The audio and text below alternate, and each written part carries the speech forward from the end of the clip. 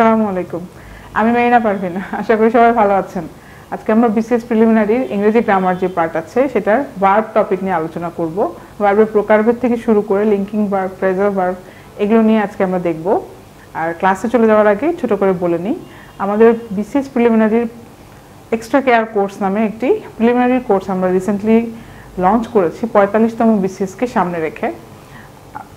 এই কোর্সটির বৈশিষ্ট্য হচ্ছে প্রতি সপ্তাহে 10টি করে ক্লাস আপলোড হতে থাকবে এবং 45তম প্রিলিমিনারির আগ পর্যন্ত সর্বমোট 300টি রেকর্ড ক্লাস পাচ্ছেন।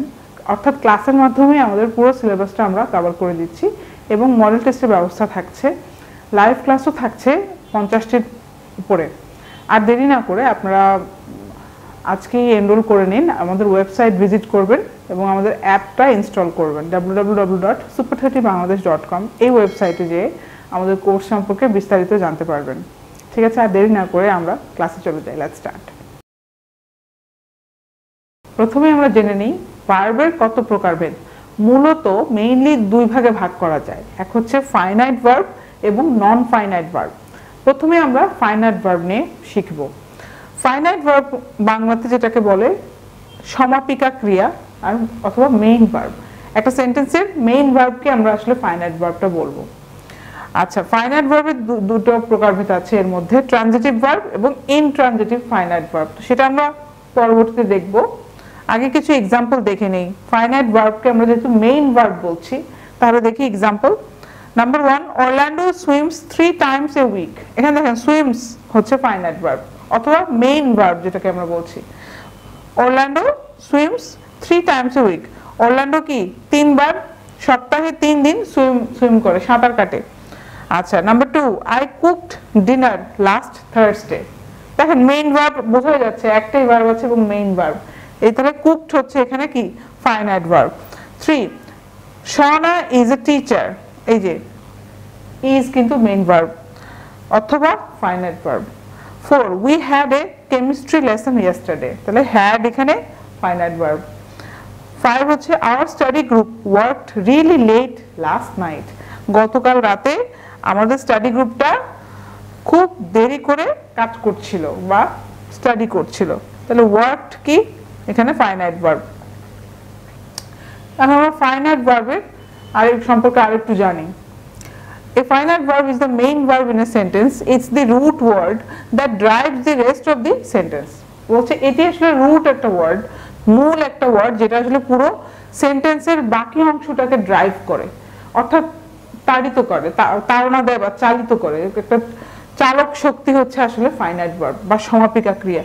Almost every verb in the English language can be used as finite verb as long as it has 3 qualities in a sentence। তাহলে কি বলছে, বেশিরভাগ অলমোস্ট এভরি ভার্ব, প্রত্যেক ভার্বকে আমরা ফাইনাইট ভার্ব হিসেবে চালাতে পারি যদি শুধুমাত্র 3টা জিনিস থাকতে হবে একটা সেন্টেন্সে। দেখেন, একটা সাবজেক্ট থাকতে হবে, এগ্রিমেন্ট উইথ দ্য সাবজেক্ট, এবং টেন্স পাস্ট অথবা প্রেজেন্ট।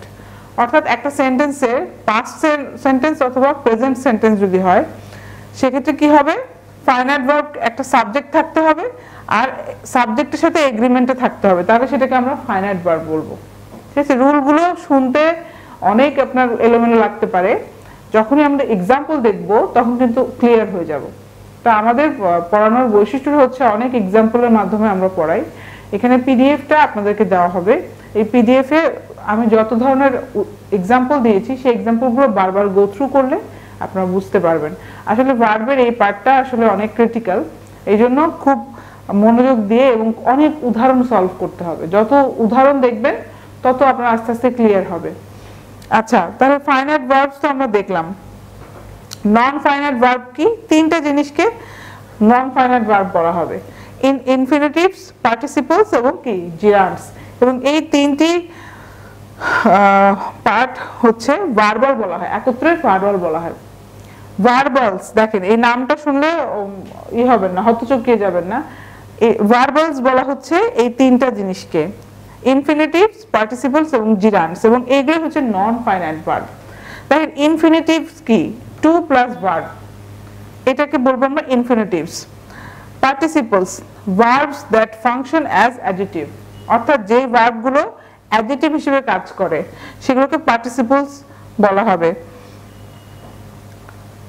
সব পার্টিসিপলস কিন্তু আবার নন ফাইনাইট ভার্ব না, যদি যদি শুধুমাত্র অ্যাডজেক্টিভ হিসেবে যদি কাজ করে তাহলে সেটাকে পার্টিসিপল নন ফাইনাইট পার্টিসিপল বলবো।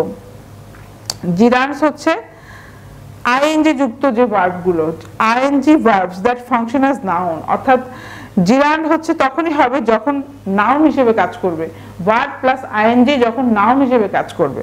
আমরা উদাহরণ দেখলে বুঝতে পারবো এই তিনটি বিষয়কেই হচ্ছে বলা হয় একত্রে ভার্বাল এবং নন ফাইনাইট ভার্ব হচ্ছে এই তিনটি জিনিস।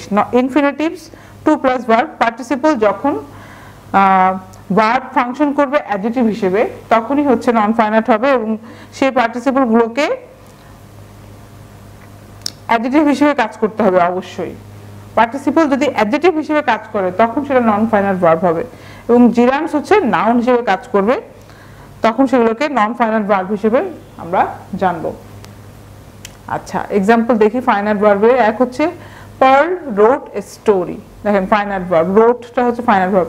টু, ওই একই সেন্টেন্স দেখেন Pearl was writing a story, এখানে রাইট বলে একটা ভার্ব আছে কিন্তু এটা কিন্তু ভার্ব হিসেবে কাজ করছে না, সো মেইন ভার্ব কি এখানে ওয়াজ অর্থাৎ ফাইনাইট ভার্ব এটা।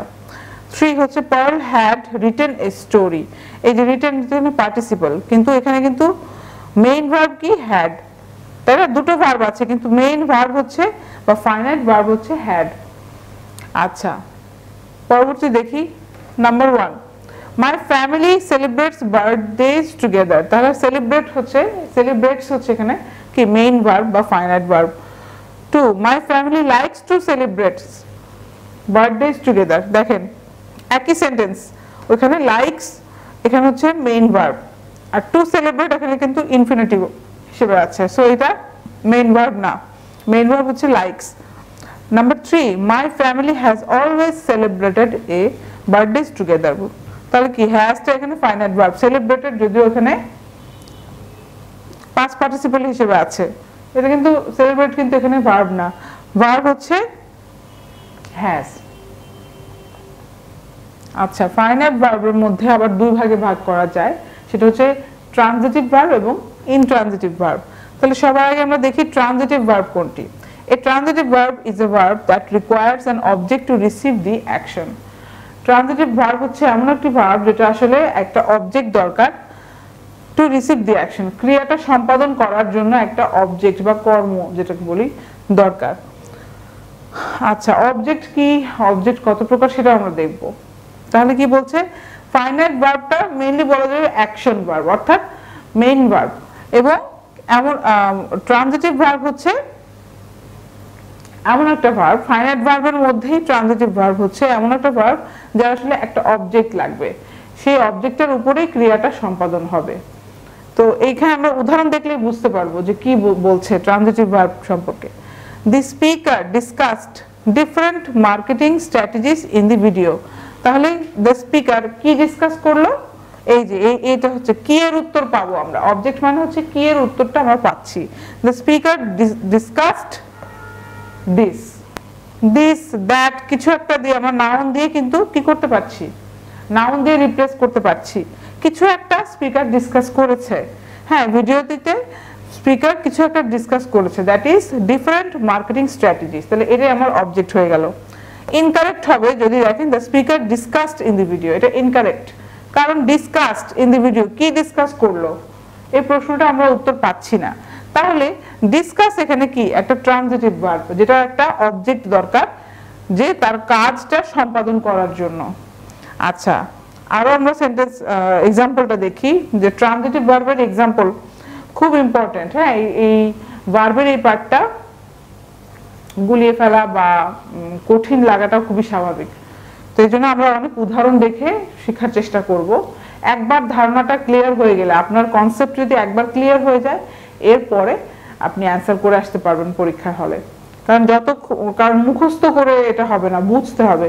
যখনই বুঝে ফেলবেন তখন পরীক্ষাতে যেভাবে আসুক না কেন ঘুরিয়ে ফিরিয়ে অ্যান্সারটা করে আসতে পারবেন যে এখানে অ্যাডজেক্টিভ কোনটা, ভার্ব কোনটা, অ্যাডভার্ব কোনটা, ফাইনাইট ভার্ব কোনটা, এইভাবে সচরাচর আমরা এইভাবে আমরা দেখিনি যে আসছে। যে ফাইনাইট ভার্ব কোনটা এটা নির্দেশ করো, এরকম আসে না। কিন্তু আমাদের সিলেবাসে যেহেতু আছে সরাসরি যে টাইপস অফ ভার্ব, হ্যাঁ, তো এই কারণে আমাদের জানতে হবে। কারণ যদি দিয়ে দেয় উদাহরণ থেকেই দিবে, হয়তো উদাহরণ দিয়ে দিল the speaker discussed different marketing strategies in the video.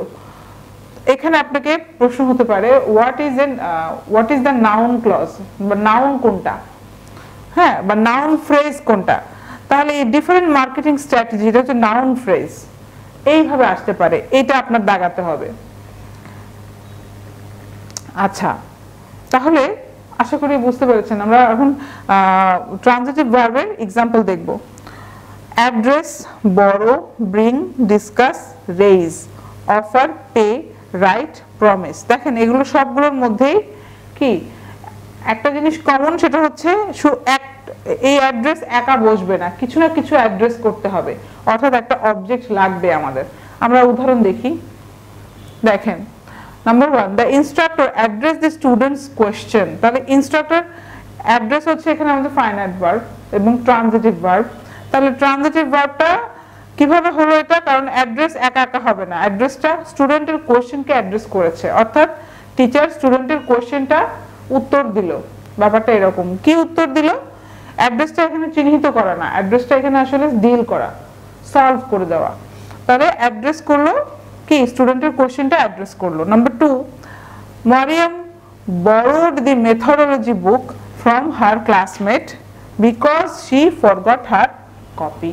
তাহলে মারিয়াম কি বড় করেছে, বড় মানে ধার নেওয়া, the methodology book কার থেকে, from her classmate because she forgot her copy। এগুলো সব extension.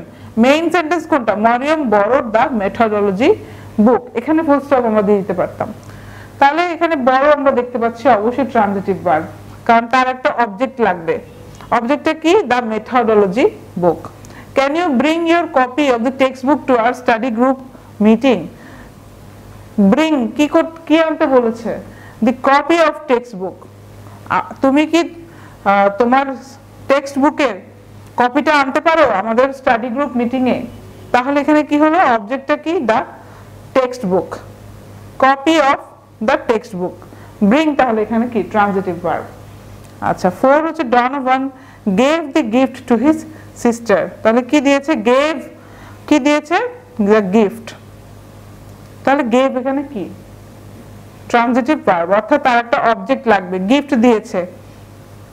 5 the committee members will raise money for the new project. তাহলে এখানে রেইজ হচ্ছে ট্রানজিটিভ ভার্ব, কি রেইজ করবে, মানি, টাকা বা অর্থ, অর্থ একটা তহবিল করবে আর কি। তো নতুন প্রজেক্টের জন্য যে কমিটি মেম্বার্স কি করবে, টাকা তুলবে, সবার থেকে টাকা তুলবে। তাহলে কি তুলবে, রেইজ করবে মানি। তো মানি এখানে অবজেক্ট এবং রেইজ এখানে ট্রানজিটিভ ভার্ব। আচ্ছা, তাহলে এখন অবজেক্ট, যেহেতু আমরা একটা কনসেপ্ট আসলাম যে অবজেক্ট দরকার, তাহলে অবজেক্ট আবার কত প্রকার, অবজেক্ট চিনব কিভাবে, ডিরেক্ট অবজেক্ট, ইনডিরেক্ট অবজেক্ট। খুবই সিম্পল, ডিরেক্ট হচ্ছে বস্তুবাচক আর ইনডিরেক্ট হচ্ছে ব্যক্তিবাচক অবজেক্ট। তাহলে দেখি এক্সাম্পল দেখি, a transitive verb can take more than one object. তাহলে কি, transitive verb more than one object নিতে পারে। Donovan gave his sister a laptop. তাহলে এখানে দেখেন এক্সাম্পলটা, Donovan gave his sister a laptop. এখানে হিজ সিস্টার হচ্ছে ইনডিরেক্ট অবজেক্ট, কারণ কি, তার বোন, এটা ব্যক্তিবাচক, একজন ব্যক্তি। আর ডিরেক্ট হচ্ছে এই ল্যাপটপ, এটা বস্তুবাচক। সো এই জন্য ডিরেক্ট মানে ডিরেক্ট হচ্ছে অবজেক্ট। তাহলে ডিরেক্ট অবজেক্ট কি, সিম্পল মনে রাখবেন যে বস্তুবাচক হলে এটা ডিরেক্ট অবজেক্ট, আর ব্যক্তিবাচক হলে সেটা indirect object. In this sentence there is an indirect object, এই যে his sister, and a direct object a laptop. তাহলে কি, এই যে গেভ একটা ট্রানজিটিভ ভার্ব, এই গেভ হচ্ছে দুটো অবজেক্ট ক্যারি করতে পারলো, ঠিক আছে, তার সিস্টারের মাধ্যমে আর ল্যাপটপের মাধ্যমে কর্মটা সম্পাদন হবে, তাই না। ল্যাপটপটা দিতে হবে কাকে, দিতে হবে হিজ সিস্টারকে।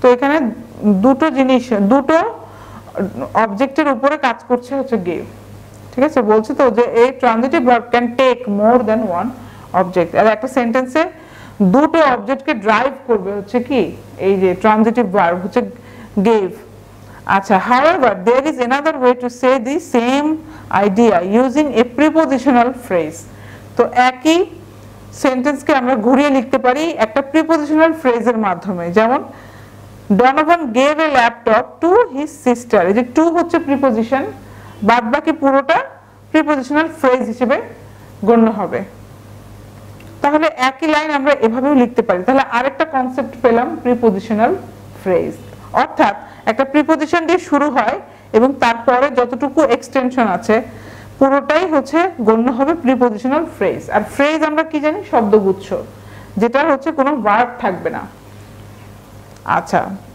আমরা তাহলে পরের স্লাইডে চলে যাই how to find the object এখন অবজেক্টের কনসেপ্টটা আমরা যেহেতু দেখলাম তাহলে অবজেক্ট কিভাবে বের করব পরীক্ষাতে চলে আসতে পারে এমসিকিউতে যে object find the object of the sentence এটা হতে পারে হয়নি এর আগে কখনো আসেনি কিন্তু এভাবে কোশ্চেন হতে পারে যে একটা সেন্টেন্স তুলে দিবে what is the object of the sentence you can figure out the direct object by using this question format the subject did what অর্থাৎ আমরা কি করতে পারি আমরা ফিগার আউট করতে পারি direct object by using the question format একটা question format এর মাধ্যমে যে the subject did what এই প্রশ্নটা করব আমরা একটা সেন্টেন্স তুলে দিলে প্রশ্ন করতে হবে subject did what সাবজেক্ট কি করেছে এই প্রশ্নের উত্তর যদি দেওয়া হয় তাহলে সেটাকে আমরা বলবো ডিরেক্ট অবজেক্ট অর্থাৎ বস্তুবাচক যে অবজেক্টটা আমরা দেখেছিলাম দেখেন the instructor addressed what instructor এখানে সাবজেক্ট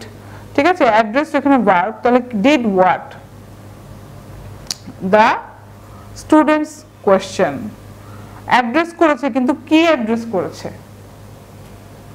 স্টুডেন্টের কোশ্চেনটা অ্যাড্রেস করেছে Mariam borrowed what the methodology book এই যে প্রত্যেকটার অ্যানসার আমরা পাচ্ছি তাহলে অবজেক্ট পেয়ে গেলাম direct object can you bring what your copy of the text book the speaker discussed what different marketing strategies তাহলে আমরা ডিরেক্ট অবজেক্ট পেয়ে গেলাম যেটা বস্তুবাচক we can find the indirect object তাহলে indirect object কি কিভাবে বের করব অর্থাৎ ব্যক্তিবাচক অবজেক্টটা কিভাবে বের করব by asking the same question to whom or for whom তাহলে এখানে প্রশ্নটা হবে to whom কার কাকে দ্বারা for whom কার জন্য করেছে তাহলে দেখি Donovan gave a laptop to whom কাকে দিয়েছে his sister যখনই আমরা to whom দিয়ে একটা প্রশ্ন করব এবং অ্যানসার পাবো এই যে ডনোভান ল্যাপটপটা কাকে দিল হিজ সিস্টারকে দিল এই যে কাকে আমরা প্রশ্ন করলাম টু হুম তাহলে হিজ সিস্টার তাহলে হিজ সিস্টার হচ্ছে এখানে কি ইনডিরেক্ট অবজেক্ট অথবা ব্যক্তিবাচক অবজেক্ট আচ্ছা ইনট্রানজিটিভ ভার্ব তাহলে কি intransitive verb does not take an object simple এখানে ইনট্রানজিটিভ ভার্ব হচ্ছে অবজেক্ট দরকার হয় না আমরা एग्जांपल দেখি the students arrived at the residency in Houston তাহলে কি বলছে স্টুডেন্টসরা অ্যারাইভ পৌঁছেছে at the residency in Houston এটা একটা প্রিপোজিশনাল ফ্রেজ এইজন্য আমি আন্ডারলাইন করে দিয়েছি ঠিক আছে স্টুডেন্ট কোথায় এসেছে at the residency in Houston কিন্তু অ্যারাইভ দেখেন কোনো অবজেক্ট নিল না এখানে কিন্তু at the residency in Houston এটা কিন্তু অবজেক্ট না তাহলে কি ইনকারেক্ট হবে the students arrived Houston তাহলে তো এটা ইনকারেক্ট কারণ একটা প্রিপোজিশনাল ফ্রেজ লাগে তাহলে আচ্ছা some other examples of intransitive verbs are আমরা এখন एग्जांपल দেখি intransitive ভার্বটা একটু আছে ক্রিটিক্যাল আছে মনোযোগ দিবেন deteriorate vote sit increase laugh originate fluctuate এবং কি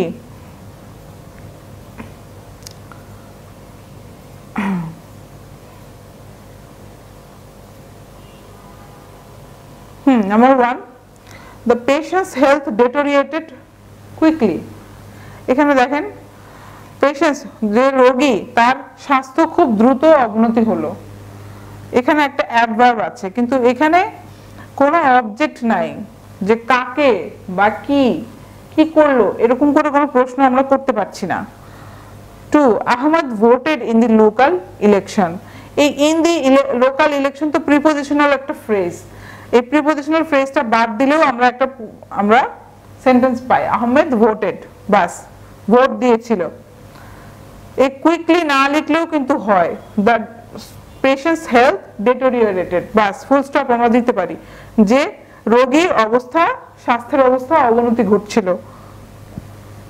3 মে আই সিট হিয়ার, দেখেন এখানে কোনো অবজেক্ট নাই, আমি কি এখানে বসতে পারি। 4 attendance increased at the weekly study sessions as finals drew near, attendance বাড়তে থাকলো যখন আস্তে আস্তে ফাইনাল এক্সাম যখন কাছে আসতে থাকলো তখন অ্যাটেন্ডেন্স বাড়তে থাকলো, increased.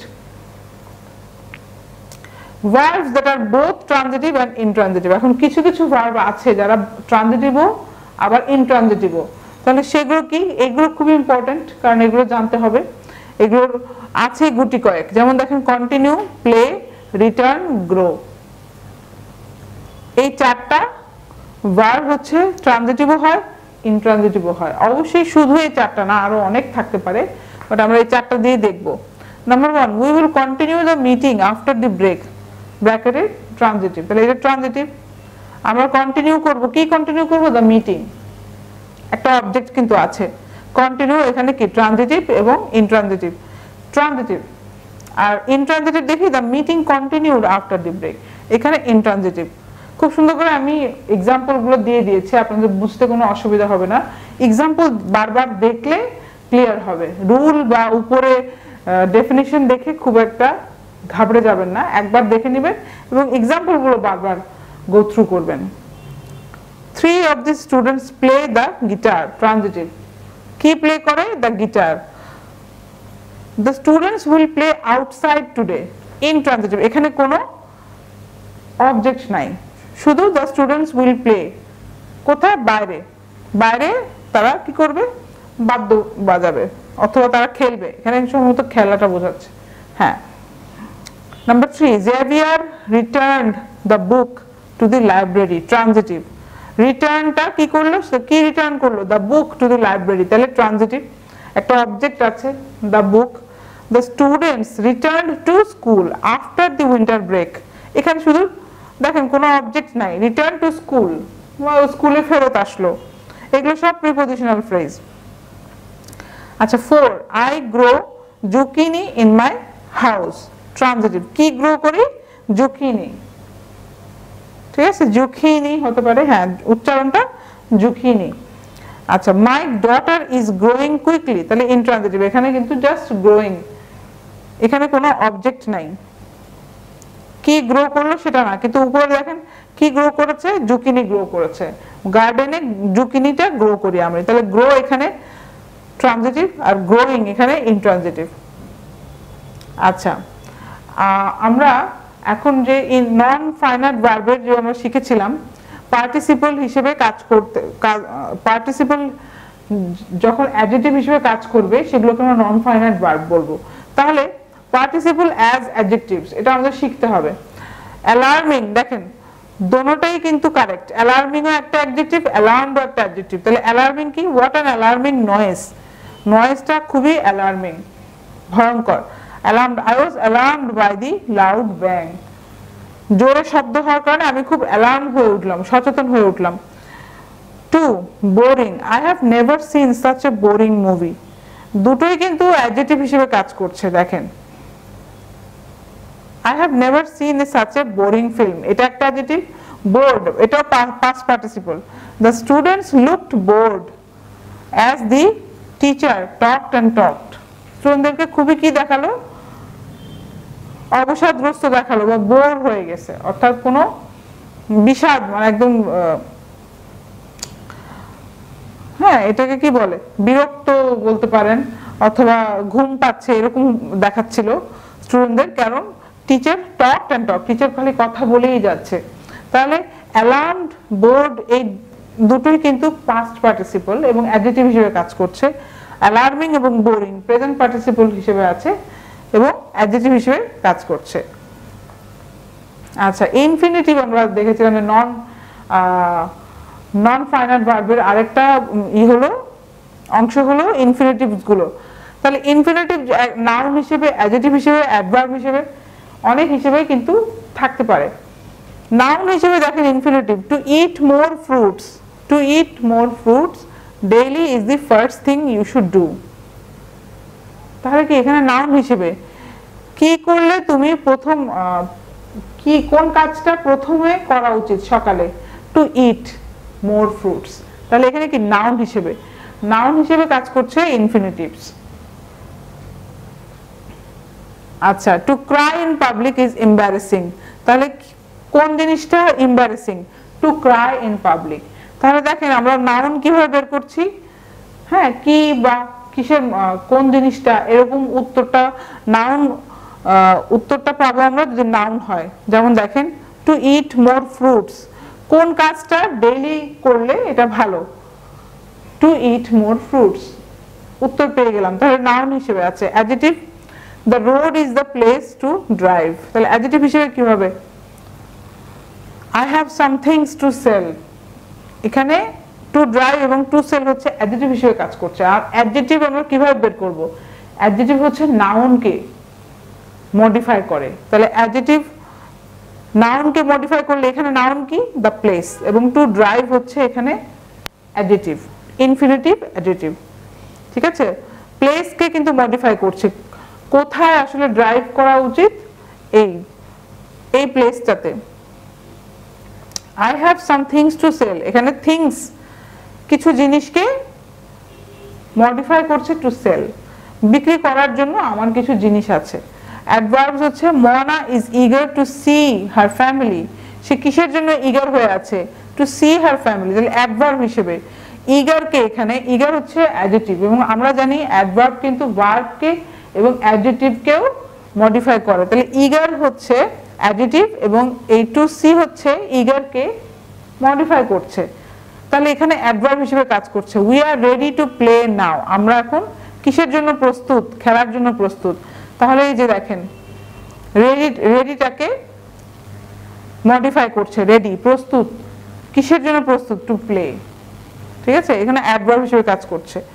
R examples of gerunds, non finite ভার্বের আমরা আরেকটা অংশ দেখেছিলাম, জিরান্ড হচ্ছে নন ফাইনাইট অথবা ভার্বালের অংশ। জিরান্ড তখনই হবে ভার্ব প্লাস আইএনজি যখন নাউন হিসেবে কাজ করবে, তখনই আমরা জিরান্ড বলবো। তাহলে দেখি নাম্বার 1, রিডিং ইজ রিল্যাক্সিং, দেখেন জিরান্ড, রিডিং কি রিল্যাক্সিং, রিডিং বই পড়া।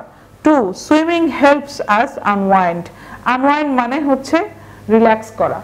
ঠিক আছে, তাহলে সুইমিং সাঁতার আমাদেরকে রিল্যাক্স করতে সাহায্য করে। Number 3, writing is an exchange of ideas, তাহলে দেখেন এখানে ভার্ব প্লাস আইএনজি নাউন হিসেবে কাজ করছে, যে কোন জিনিসটা এক্সচেঞ্জ অফ আইডিয়াস, তাহলে কি রাইটিং।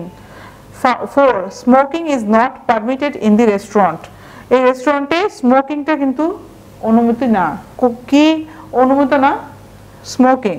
5 হচ্ছে অ্যাপোলোজাইজিং ইজন্ট এনাফ দিস টাইম, কোন জিনিসটা এখন যথেষ্ট নয়, সেটা হচ্ছে অ্যাপোলোজাইজিং, অর্থাৎ এখন ক্ষমা প্রার্থনা করলে হবে না। So that's it for this video. আমরা নেক্সট ক্লাসে লিঙ্কিং ভার্ব নিয়ে শিখব এবং ফ্রেজাল ভার্ব নিয়ে শিখব। ততক্ষণ পর্যন্ত ভালো থাকবেন, সুস্থ থাকবেন, জোপথেটি বাংলাদেশের সাথে থাকবেন। Thank you.